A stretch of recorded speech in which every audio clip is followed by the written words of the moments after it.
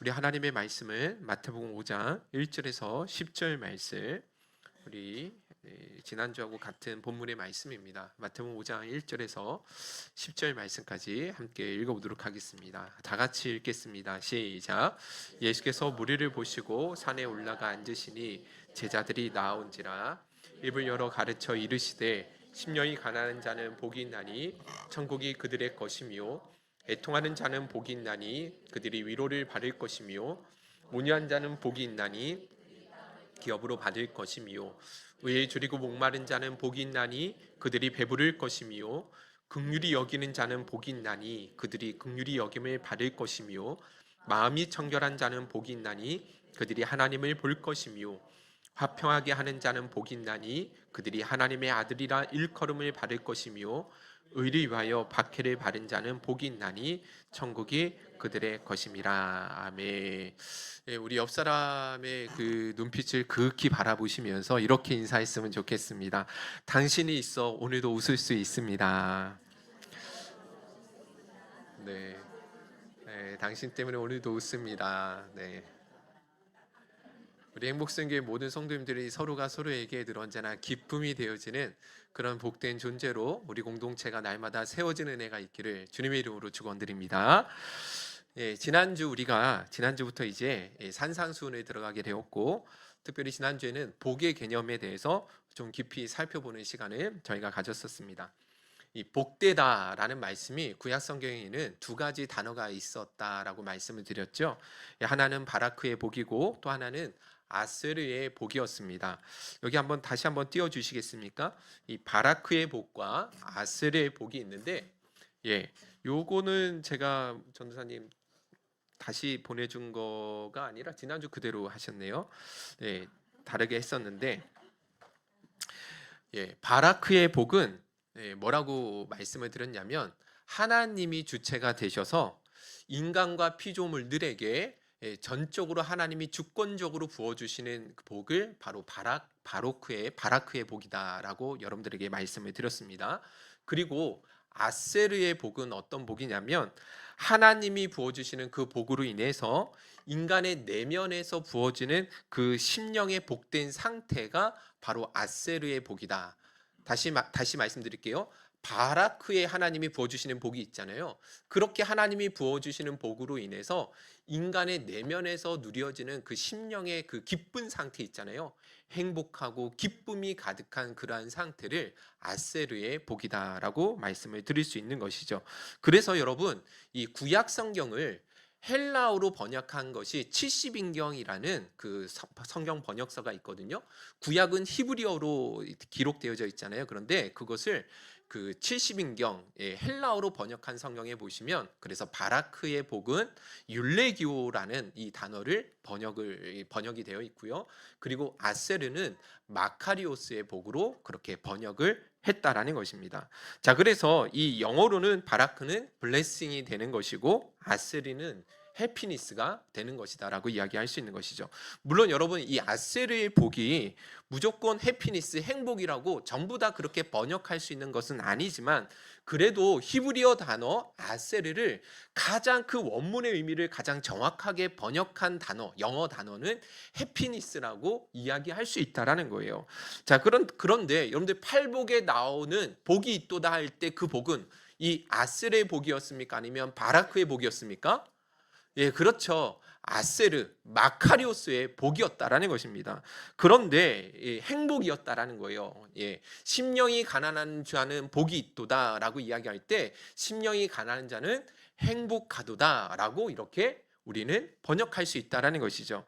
그런데 문제는 어떤 사람들은 행복이다라고 번역해서는 안 된다라고 주장하는 사람들이 있다라는 거예요. 왜냐하면 이 행복이라고 번역하는 것은 그 자체로 좀 영적이지도 않고 성경의 원문의 의미를 제대로 살리지 못한 것이다라고 이야기하는 사람들이 있다라는 거예요.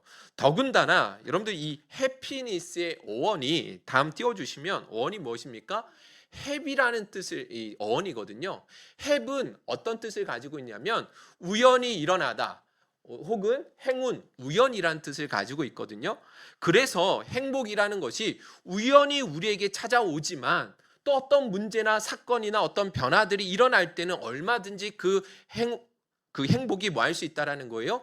사라질 수 있다는 거예요. 해프닝으로 그냥 끝나버릴 수도 있다라는 것이죠. 그래서 이 마카리오스의 복을 해피니스라고 번역하는 것은 옳지 않다라고 이야기를 하시는 이 성경 이 언어 학자들이 있다라는 것이죠. 자, 그런데 여러분들 이것은 좀 논리적으로 말이 되지 않는 것은 영어 성경 번역서 중에서도 가장 권위 있다라고 이야기하는, 전 세계에서 가장 많은 사람들에 의해 읽혀지고 가장 원문에 충실하게 번역되어졌다고 하는 킹 제임스 버전이 있거든요. 그 킹 제임스 버전을 보면 마카리오스의 복을 해피로 번역한 본문들이, 성경 구절들이 몇 구절들이 있다라는 것이죠. 예를 들어서 로마서 14장 22절 우리 한번 읽어보도록 하겠습니다. 시작. 내게 있는 믿음을 하나님 앞에서 스스로 가지고 있으라. 자기를 옳다 하는 바로 자기를 정죄하지 아니하는 자는 복이 있도다. 여기 복이 있도다라고 이야기할 때 마카리오스 헬라어로 쓰여졌거든요. 근데 킹 제임스 버전을 보니까 무엇으로 쓰여졌어요? 영어로 바로 띄워주세요. 해피. 마카리오스 복을 행복이라고 킹 제임스 버전에서도 번역하고 있다라는 것이죠. 또 여러분들 베드로전서 4장 14절 말씀도 한번 읽어봅시다. 시작. 너희가 그리스도의 이름으로 치욕을 당하면 복 있는 자로다. 여기 마카리오스 복이거든요. 그런데 여기 킹 제임스 버전에도 보면 무엇으로 번역하고 있어요?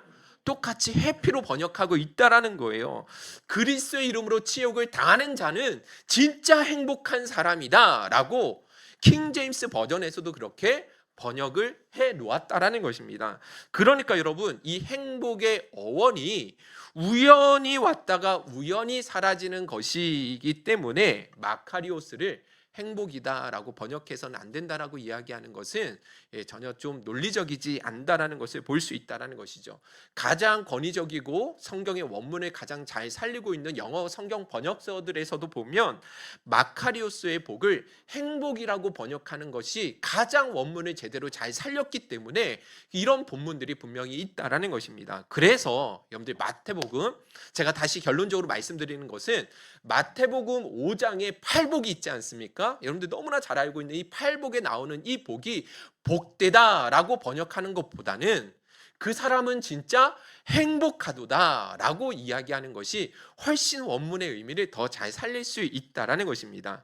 자, 그런데 여러분들 지난주에도 말씀을 드렸지만 그럼에도 불구하고 여러분들 우리가 조심해야 될 것은 있는데, 이 마카리오스의 행복은 세상 사람들이 흔히 이야기하는 행복과는 분명히 다른 점이 있다라는 거예요.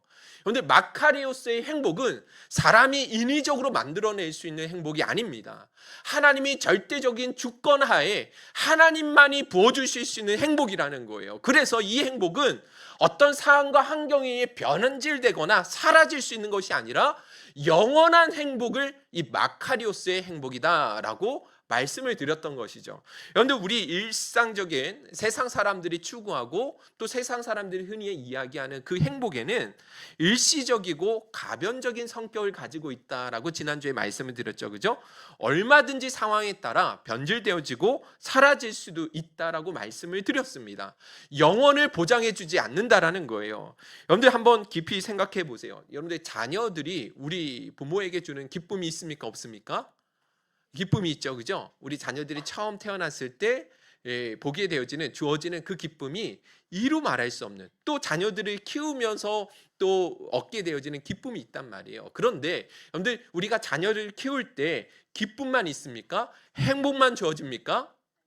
아니죠. 그러지 못할 때도 많이 있다라는 거예요. 특히 언제 그래요? 자녀들이 아플 때. 특히 태어날 때부터 지병을 가지고 우리 자녀들이 태어난다고 한다면 그 자녀를 통해서 행복을 얻는 것이 아니라 오히려 그것이 우리의 삶 가운데 큰 고통이 될 수 있다라는 거예요. 또 나중에는 어떤 과정을 겪어요? 사춘기가 오잖아요. 그러면 그 사춘기를, 그 기쁨이요 행복이었던 자녀들이 뭘로 변해요? 왼수로 변하잖아요. 그죠? 그러니까 이 자녀들을 통해서 얻는 기쁨도 일시적이고 가변적이다라는 것을 알 수 있다라는 거예요.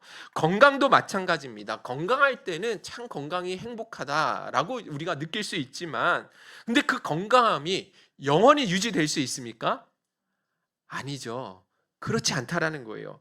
나이가 먹으니까 어떻게 돼요? 새로 생기는 세포보다 죽어나가는 세포가 훨씬 더 많아지게 돼요. 그래서 저희 정도 나이가 되어지면, 아니요, 30대 정도 이상 되어지면요, 이미 벌써 우리는 무엇을 향해 달려가는 거예요? 죽음을 향해 나아가고 있다라고 보아도 과언이 아니라는 것입니다.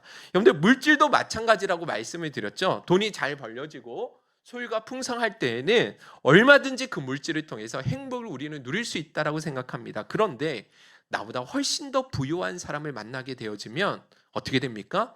그 물질로 인해서 오히려 더 마음이 상하게 된다라는 거예요.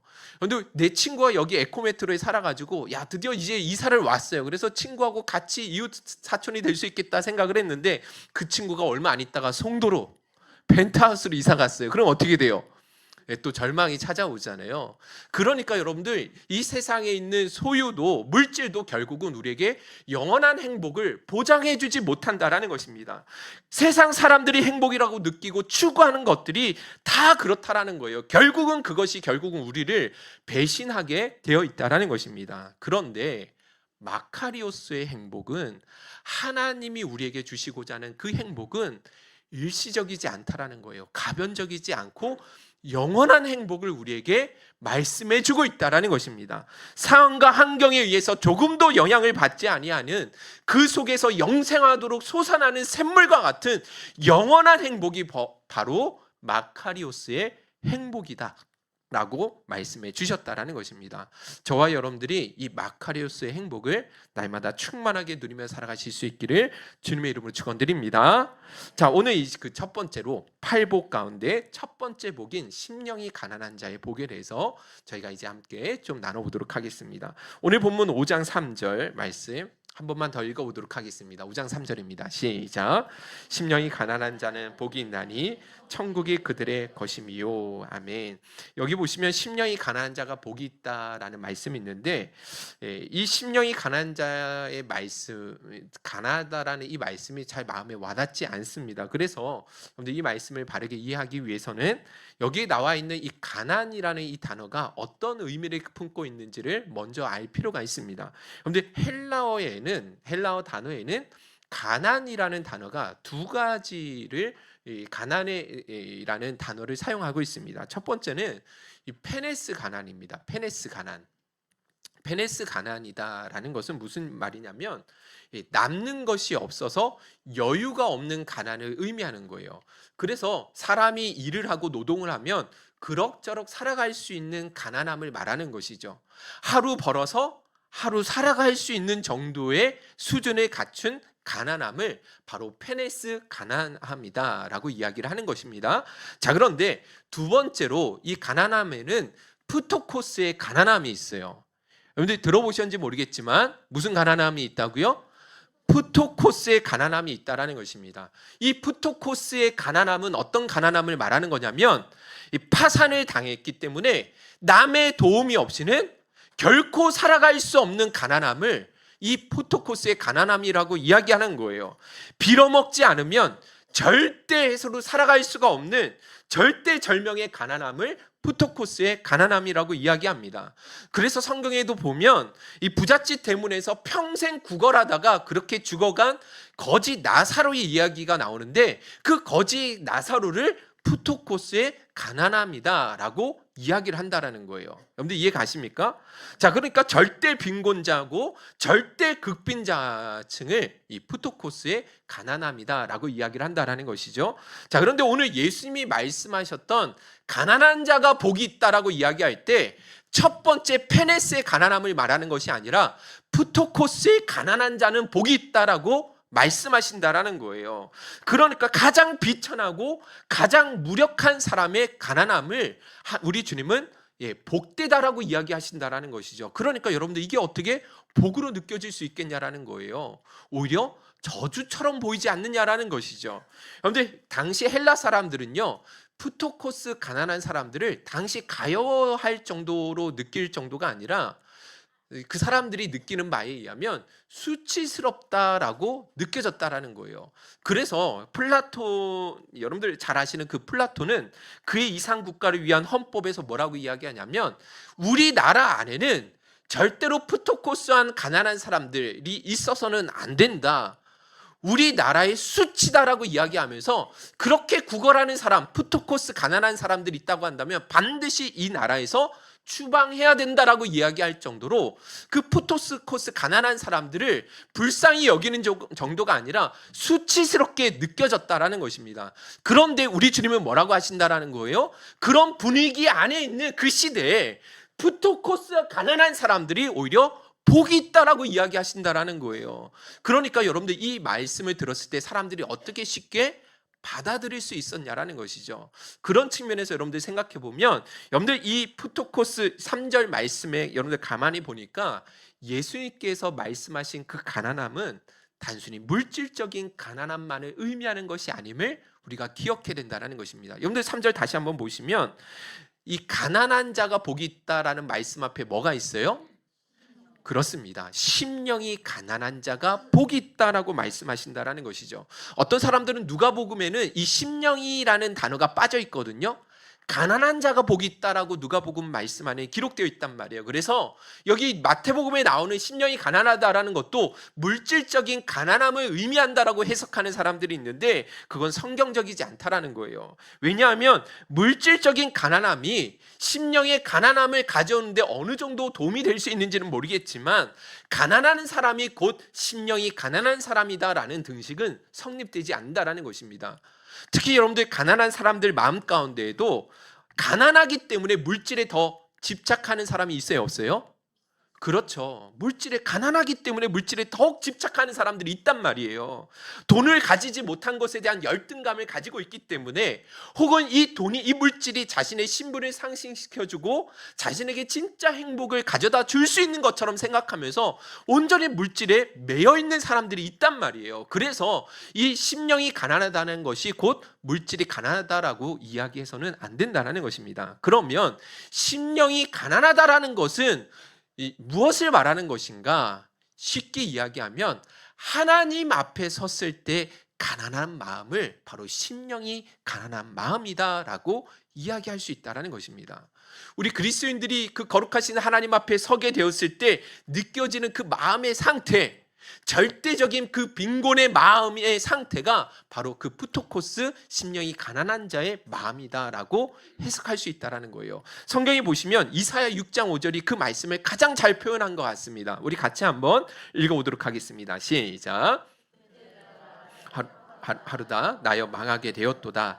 나는 입술이 부정한 사람이요 나는 입술이 부정한 백성 중에 거주하면서 만군의 여호와이신 왕을 배웠음이로다 하였더라. 그렇습니다. 하나님께서 이사야의 눈을 들어서 천상에 계신 하늘의 그 천상의 세계와 그 보좌에 앉으신 하나님을 보게 되는 영광을 하나님이 허락해 주셨거든요. 자, 그랬을 때 이사야가 그 천상에 계신 보좌에 앉으신 하나님의 영광을 보고 제일 먼저 이야기했던 것이 무엇이었습니까? 화로다 나는 망하였도다. 절망이었다라는 거예요. 그 거룩하신 보좌에 앉으신 하나님의 영광을 배우니까 이 자신이 죽을 수밖에 없는 자신의 연약함과 부정함을 보게 되었고 그래서 하나님 앞에 그 절망적인 마음을 가지고 나는 죽게 되었도다라는 그렇게 고백할 수밖에 없게 되었다라는 것입니다. 완전히 하나님 앞에 엎드려져서 나는 죽을 수밖에 없는 부정한 사람이다라고 그렇게 두려워 떨 수밖에 없는 그 마음의 상태를 뭐라고 이야기한다라는 거예요? 심령이 가난한 마음의 상태다라고 이야기할 수 있다라는 것입니다. 여러분들 그 신약 성경에도 보면 심령이 가난한 자의 마음의 상태가 어떤 것인지를 보여주는 말씀들이 참 많이 있습니다.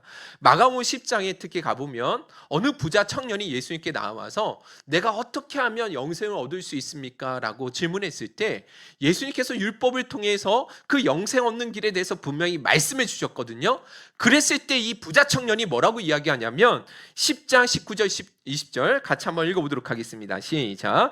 내가 계명을 안 하니 살인하지 말라, 간음하지 말라, 도둑질하지 말라, 거짓 증언하지 말라, 속여빼앗지 말라, 내 부모를 공경하라 하였느니라.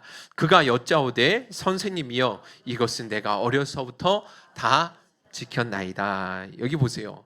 이 부자 청년이 뭐라고 이야기해요? 이것은 내가 어렸을 때부터 다 지켰던 것입니다. 이 말씀들 다 저도 알고 있고 이 말씀들을 저는 하나도 빼놓지 않고 지금까지 그것을 완벽하게 지켰습니다. 예수님이 그럼에도 불구하고 저에게 더 부족한 것이 있습니까? 라고 물어보고 있는 거예요. 여러분들 이 부자 청년의 마음의 상태가 부자인 것 같아요? 아니면 심령이 가난한 상태인 것 같아요? 그렇죠. 부자죠. 그죠? 가난한 상태가 아니라는 거예요. 이 청년의 마음의 상태는 절대로 심령이 가난한 상태가 아닌 거예요. 마음이 부한 거예요. 자기에게 자신에게 전혀 조금도 부족함을 알지 못하고 있는 거예요. 이런 상태는 천국과 거리가 멀다라는 것입니다. 여러분들 하나님 앞에 가난한 심령은 어떤 마음이냐면 하나님 저는 아무것도 아닙니다. 하나님 앞에 저는 아무것도 할 수 없습니다. 하나님의 은혜가 아니면 제게는 아무런 선한 것이 나올 수가 없습니다라고 그렇게 완전히 항복하고 하나님 앞에 절대적으로 완전히 자기 자신을 비우게 되어지는 그 마음이 바로 심령이 가난한 상태이지 이 부자의 청년의 마음은 그런 상태가 아니었다라는 거예요. 누가복음 18장 10절에서 13절 말씀도 우리 한번 읽어보도록 하겠습니다. 시작. 두 사람이 기도하러 성전에 올라가니 하나는 바리새인이요 하나는 세리라. 바리새인은 서서 따로 기도하여 이르되 하나님이여 나는 다른 사람들 곧 토색 불의 간음을 하는 자들과 같지 아니하고 이 세리와도 같지 아니함을 감사나이다. 나는 일에 2번씩 금식하고 또 소득의 11조를 드리나이다 하고. 여기 보시면 바리새인이 무엇을 감사하기도 하고 있어요? 저 세리들과 같지 아니함을 자기 뭐 하고 있어요? 감사하고 있죠. 이건 감사 기도가 아니라 자기를 뭐 하는 거예요? 자랑하는 거예요. 그죠? 네. 자기 의에 완전히 빠져 있는 거예요. 저 세리에 비해서 자기가 얼마나 대단한 사람인지를 오히려 하나님 앞에 그것을 자랑하며 감사하고 있다라는 것입니다. 이 사람은요, 이 바리새인은 절대로 그 심령이 가난한 상태가 아니라는 거예요. 진짜 심령이 가난한 사람은요, 절대 다른 사람하고 비교할 수가 없습니다. 왜냐하면 그 비교의 대상이 사람이 아니라 그 심령이 가난한 사람은 그 비교의 대상이 누구인 거예요? 하나님 자신이기 때문에 절대로 그 사람이 교만해질 수가 없는 거예요. 하나님의 뜻과 하나님의 기준에 비추어서 자기 자신을 돌아보니까 하나도 자랑할 수 있는 것이 없는 거예요. 혹여라도 조금이라도 내 삶에 선한 것, 좋은 것이 있다고 한다면 그것은 전적인 하나님의 은혜로 주어진 것이지 언제나 하나님이 나와 동행하시고 도와주지 아니하시면 나는 아무것도 아닙니다라고 고백할 수밖에 없게 된다라는 것이죠. 할렐루야. 아멘이시죠? 그런 측면에서 여러분들 이 기도하러 똑같이 기도하러 올라갔던 이 세리를 한번 보십시오. 13절 우리 한번 읽어보겠습니다. 시작. 세리는 멀리 서서 감히 눈을 들어 하늘을 쳐다보지도 못하고 다만 가슴을 치며 이르되 하나님이여 불쌍히 여기소서 나는 죄인이로소이다 하였느니라. 아멘. 그렇습니다. 감히 눈을 들어 하나님을 쳐다보지 못하고 나는 죄인이로소이다 라고 고백하며 그렇게 하나님 앞에 절대적으로 자기를 비우고 겸한 그 마음의 상태가 바로 심령이 가난한 자의 마음의 상태임을 우리가 꼭 기억하셨으면 좋겠습니다. 할렐루야. 마지막으로 여러분들 한 사람만 더 여러분들 생각해 보면 구약에 심령이 가난했던 대표적인 사람이 누구였냐면 다윗이었습니다. 그런데 다윗은 여러분들 잘 아시는 것처럼 다윗은요 성경 곳곳에서 자기는 가난한 사람이다라고 이야기를 하거든요. 사실 여러분들 다윗이 처음에는 좀 가난했을 수도 있습니다. 그런데 시간이 지나서는 더 이상 가난한 사람이 아니었죠. 이스라엘 왕위에 오르게 되었기 때문에 모든 것을 다 갖추고 있고 가지고 있는 사람이 다윗이었단 말이에요. 그런데도 불구하고 다윗은요 언제나 하나님을 향한 마음의 상태가 가난한 마음을 가지고 있었다라는 거예요. 양치기로 있을 때뿐만 아니라 사울 왕에 의해서 그렇게 망명을 떠났을 때나 아니면 그 왕이 된 후에도 변함없이 언제나 가난한 마음을 유지하고 있었다라는 거예요. 그래서 여러분들 이 시편 말씀들을 보시면 그가 왕이 된 이후에도 계속 드렸던 그 기도의 제목들을 한번 읽어봅시다. 시편 70편 1절 우리 한번 읽어보겠습니다. 시작. 하나님이여 나를 건지소서 여호와의 속히 나를 도우소서. 5절도 읽어봅시다. 나는 가난하고 궁핍하오니 하나님이여 속히 내게 임하소서. 시편 86편 1절도 읽어보겠습니다. 시작. 여호와여 나는 가난하고 궁핍하오니 주의 귀를 기울여 내게 응답하소서. 여러분들 다윗은요 시편 곳곳에서 그가 어느 곳에 있든지 어느 위치에 있든지 간에 하나님을 향해 절규하고 있습니다. 지금 당장 하나님이 어떻게 해주지 아니하시면 죽을 것 같은 그 심정을 가지고 하나님의 은혜를 구하며 하나님 도와달라고, 자기를 불쌍히 여겨달라고 그렇게 간구하고 있다라는 거예요. 진짜 이것이 바로 심령의 마음의 가난한 상태를 정확하게 보여주는 것이죠.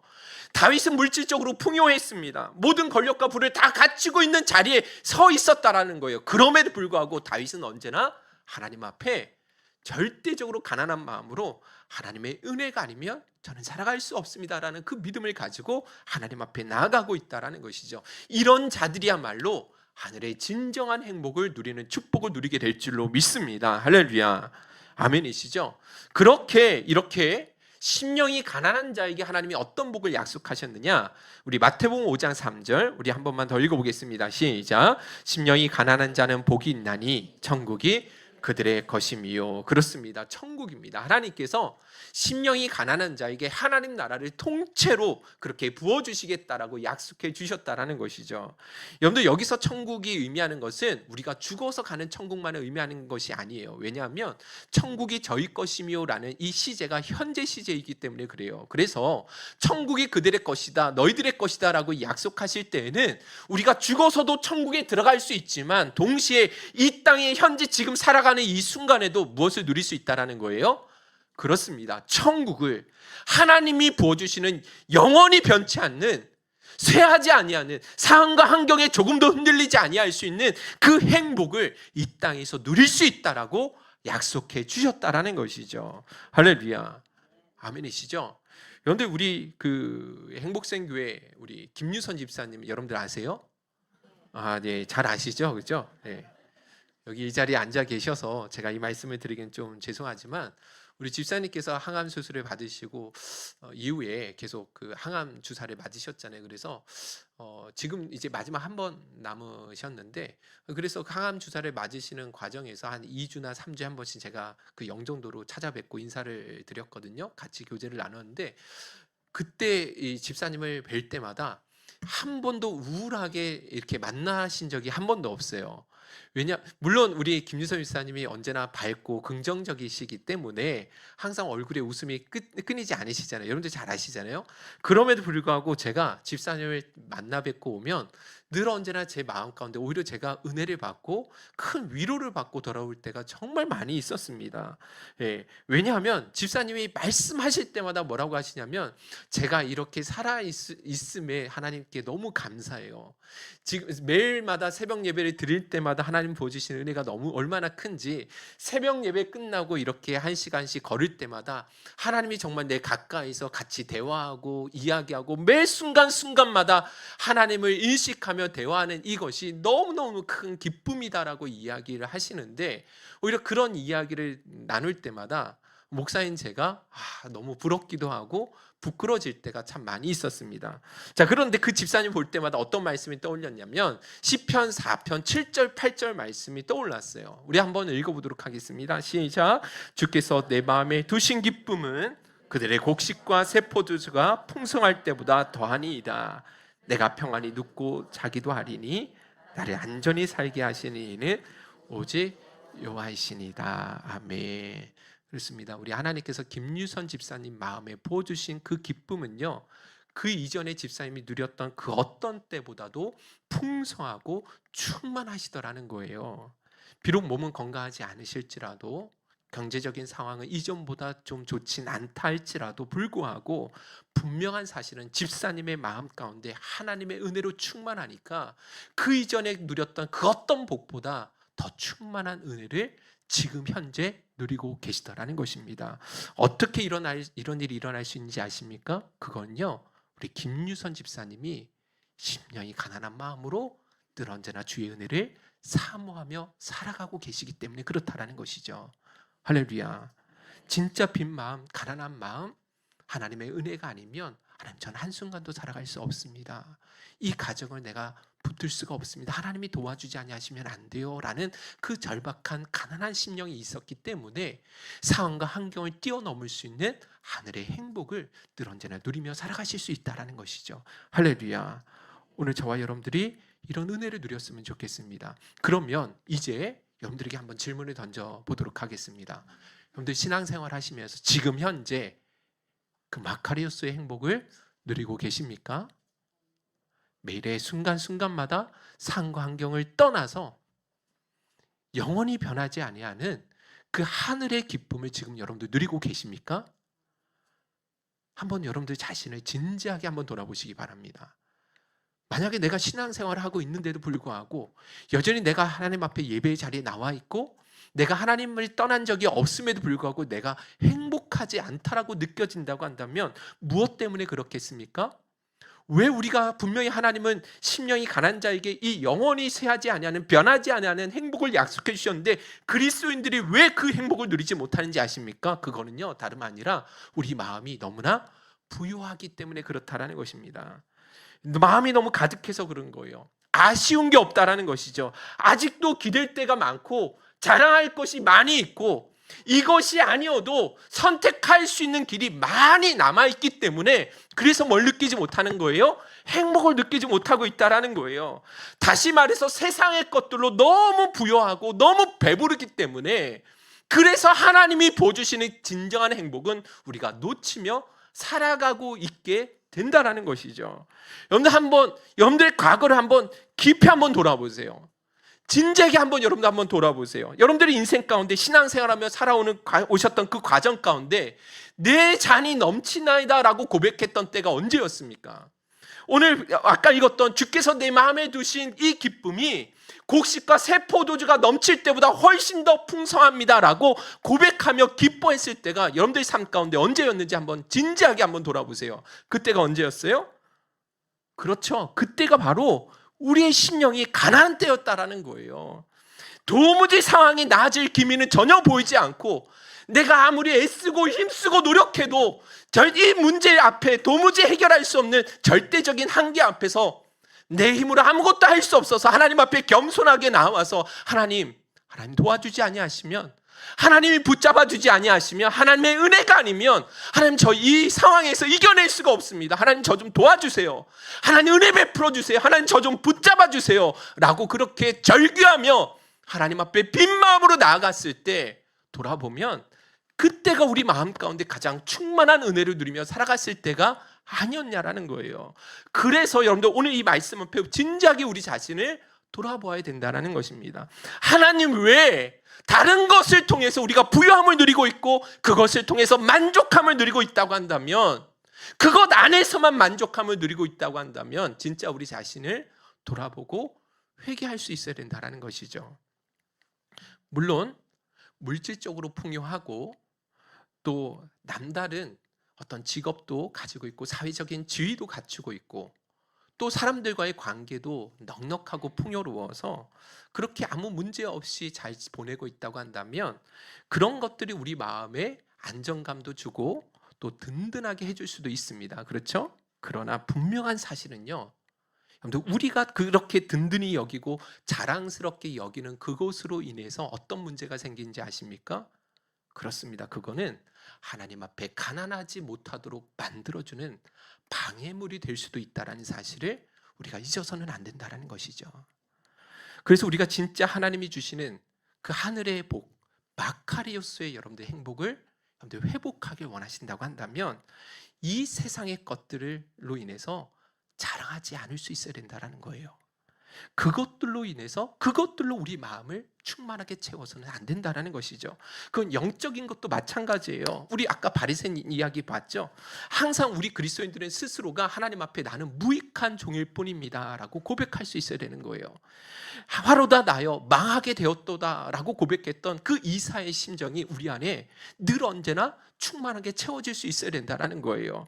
그렇지 않고 내가 남들보다 좀 더 낫다라고 생각하는 그 바리새인의 마음을 가지고는 결단코 이 땅에서 행복을 누릴 수가 없다라는 것이죠. 아니 저 사람의 신앙이 왜 저래? 오늘 찬양팀의 찬양이 왜 그래? 오늘 성가대 찬양의 화음이 왜 이렇게 맞지 않아? 오늘 저 집사님, 저 사람이 집사라고 하면서 권사라고 하면서 장로라고 하면서 왜 신앙은 저렇게 행동할 수밖에 없는 거야? 라고 우리가 함부로 비판하고 정죄하는 그 마음에는요, 결단코 하나님의 나라를 누릴 수가 없다라는 것입니다. 그래서 우리가 진짜 하나님 앞에 그 마카리오스의 행복을 누리기 원하신다고 한다면 가난해져야 된다라는 거예요. 빈 마음을 가지고 있어야 된다라는 거예요. 아무리 사람들의 연약함이 보인다 할지라도 나도 저 사람들하고 다를 바가 없지. 하나님, 저도 하나님의 긍휼이 여겨주지 아니하셨으면 저도 똑같이 그런 죄를 지을 수밖에 없었을 터인데 하나님 저를 붙잡아 주셔서 감사해요. 하나님 나를 긍휼히 여겨주셨던 것처럼 저 사람도 제발 긍휼히 여겨주세요 라는 그런 마음을 가지고 나아간다고 한다면 반드시 우리 마음 가운데 천국을 살아갈 줄로 믿습니다. 할렐루야.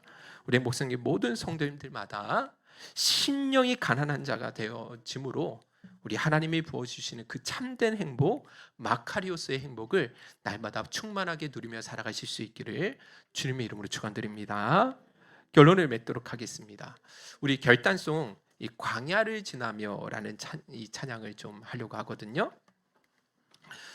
근데 가사를 한번 띄워주시면 이런 찬양이잖아요, 그죠? 여러분도 한번 보셨을 거예요. 왜 나를 깊은 어둠 속에 홀로 두시는지, 어두운 밤은 왜 그리 깊었는지, 나를 고독하게, 나를 낮아지게, 세상 어디도 기댈 곳이 없게 하셨네. 광야에 서 있네. 그 다음 가사가 너무 이 복음 이야기죠, 그죠? 주님만 내 도움이 되시고 주님만 내 빛이 되시는, 주님만 내 친구 되시는 광야, 주님 손 놓고는 단 하루도 살 수 없는 곳 광야에 서 있네. 그래서 심령이 가난한 자의 삶이 어떠한지를 이 찬양이 정확하게 우리에게 말씀해주고 있는 것이 아닌가 생각되어집니다. 제가 금요일날 또 토요일날 설교를 준비하면서 이 찬양을 계속 묵상하고 들었거든요. 근데 그 유튜브에서 나오는 그 댓글에 그 희지윌 찬양이죠, 그죠? 그 댓글 밑에 쭉 댓글이 엄청 많거든요. 근데 그 댓글들 가운데 참 마음에 깊이 와닿는 내용들이 너무 많았어요. 제가 잠깐 한번 읽어드리도록 하겠습니다. 우울증이 너무 심한데 이 찬양이 제 모습 같아서 울고만 있네요. 주님 끝까지 함께 해주세요. 제가 포기하지 않도록 손잡아 주세요. 제가 광야에서 벗어날 수 있도록 이끌어 주세요. 이런 나약한 모습까지 사랑해 주셔서 감사합니다. 하나님, 저희 엄마 살려주세요. 불쌍한 우리 엄마 평생 고생하고 제가 한번 효도한 적도 없는데 제발 저희에게 시간을 더 주세요. 주님, 너무 고통스러워요. 간절히 기도합니다. 아무런 욕심도 부리지 않을게요. 엄마만 아프지 않게 도와주세요. 주님, 너무 힘들어요. 많이 조그만 시련에도 많이 흔들리는 제 자신이 너무 초라해요. 또 이럴 때마다 주님을 온전히 의지하지 못해서 죄송해요. 제 영을 보살펴 주시고 긍휼히 여겨주세요, 주님. 또 이런 글도 있더라고요. 4년째 첫 아기를 간절히 기다리며 주님 응답을 기다리고 있습니다. 평생 동역자인 자녀를 말씀으로 양육하며 엄마라는 사명자로서 주님께서 생육하고 번성하여 충만하라고 말씀하신 것처럼 제게도 사라와 한나와 같은 그런 동일한 은혜가 임하길 간구합니다. 부디 제게도 주님 나라 확장을 위하여 일할 영상 속에 주님을 사모하며 은혜로운 찬양을 부르는 젊은 청년들처럼 주님을 위한 일꾼이 저희 몸을 통해 탄생되어지기를 기도하며 기다립니다. 주님의 뜻이라면 반드시 이루어지리라 믿습니다. 라는 이런 고백들도 있더라고요. 너무 내용들이 다 많은데 잘 읽어드리진 못하지만 이 댓글들의 사연들을 보니까 제가 더 은혜가 되더라고요. 아, 진짜 가난한 심령이 마음이 이런 마음이겠구나 절절히 느껴지니까 오늘 우리가 하나님 앞에 어떻게 서야 되는지를 정확하게 교훈해 주시는 것 같았습니다. 여러분들, 이분들의 삶이 불쌍하다, 참 불쌍하다, 이 삶이 참 가엾다라고만 우리가 그렇게 치부할 수 있겠습니까? 저는 그렇지 않습니다. 오늘 주님의 말씀에 의하면 뭐라고 하시는 거예요? 이런 사람들이 진짜 복되다라고 말씀하신다라는 거예요. 이런 마음을 가지고 살아가는 사람들이 오히려 진짜 행복을 누리는 사람이다라고 하나님이 축복해 주신다라는 것이죠. 왜냐하면 왜 그렇습니까?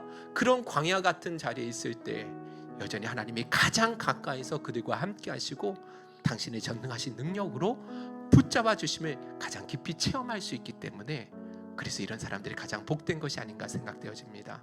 오늘 우리 행복성교회 모든 성도님들마다 우리를 광야길로 인도하셔서 우리의 심령을 더욱 가난하게 하시고, 그래서 하늘의 행복으로 채우시는 그 하나님만 온전히 신뢰하며 나가는 저와 여러분들이 되실 수 있기를 우리 주님의 이름으로 축원드립니다. 우리 가사를 생각하시면서 함께 찬양하도록 하겠습니다. 광야를 지나며.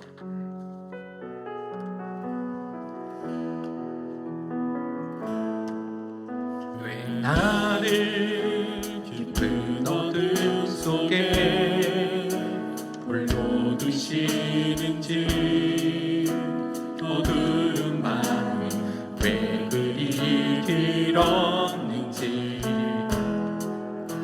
나를 고독하게 나를 낮아지게 세상 어디도 기댈 곳이 없게 하셨네.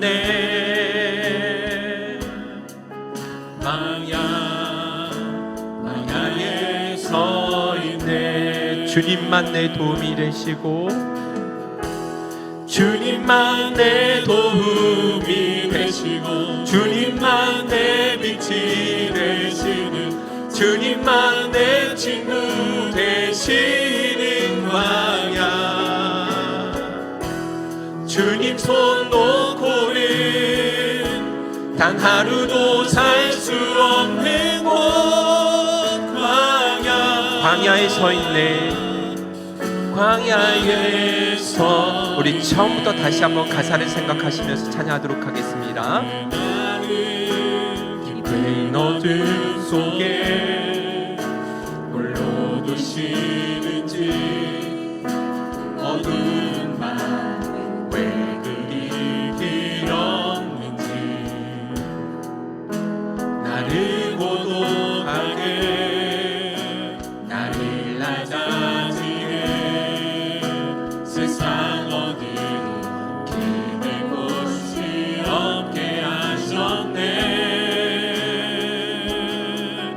광야에 서 있네. 주님만 내 도움이 되시고, 주님만 내 빛이 되시는, 주님만 내 친구 되시는 광야.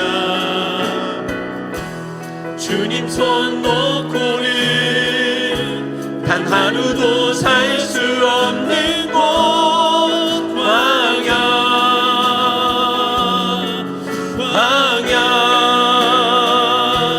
주께서 나를 사용하시려, 나를 택하여 연결케 하시려, 나를 택하여 보내신 그곳 광야. 성령이 내 영을 다시 태어나게 하는 곳 광야.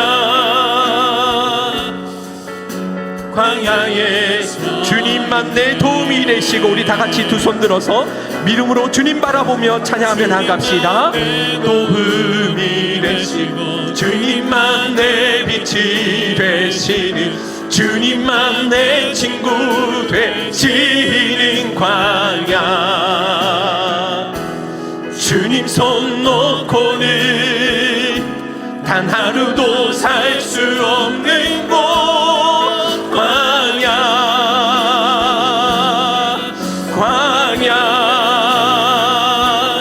주께서 나를 사용하시려, 나를 더 정결케 하시려, 나를 택하여 보내신 그곳 광야.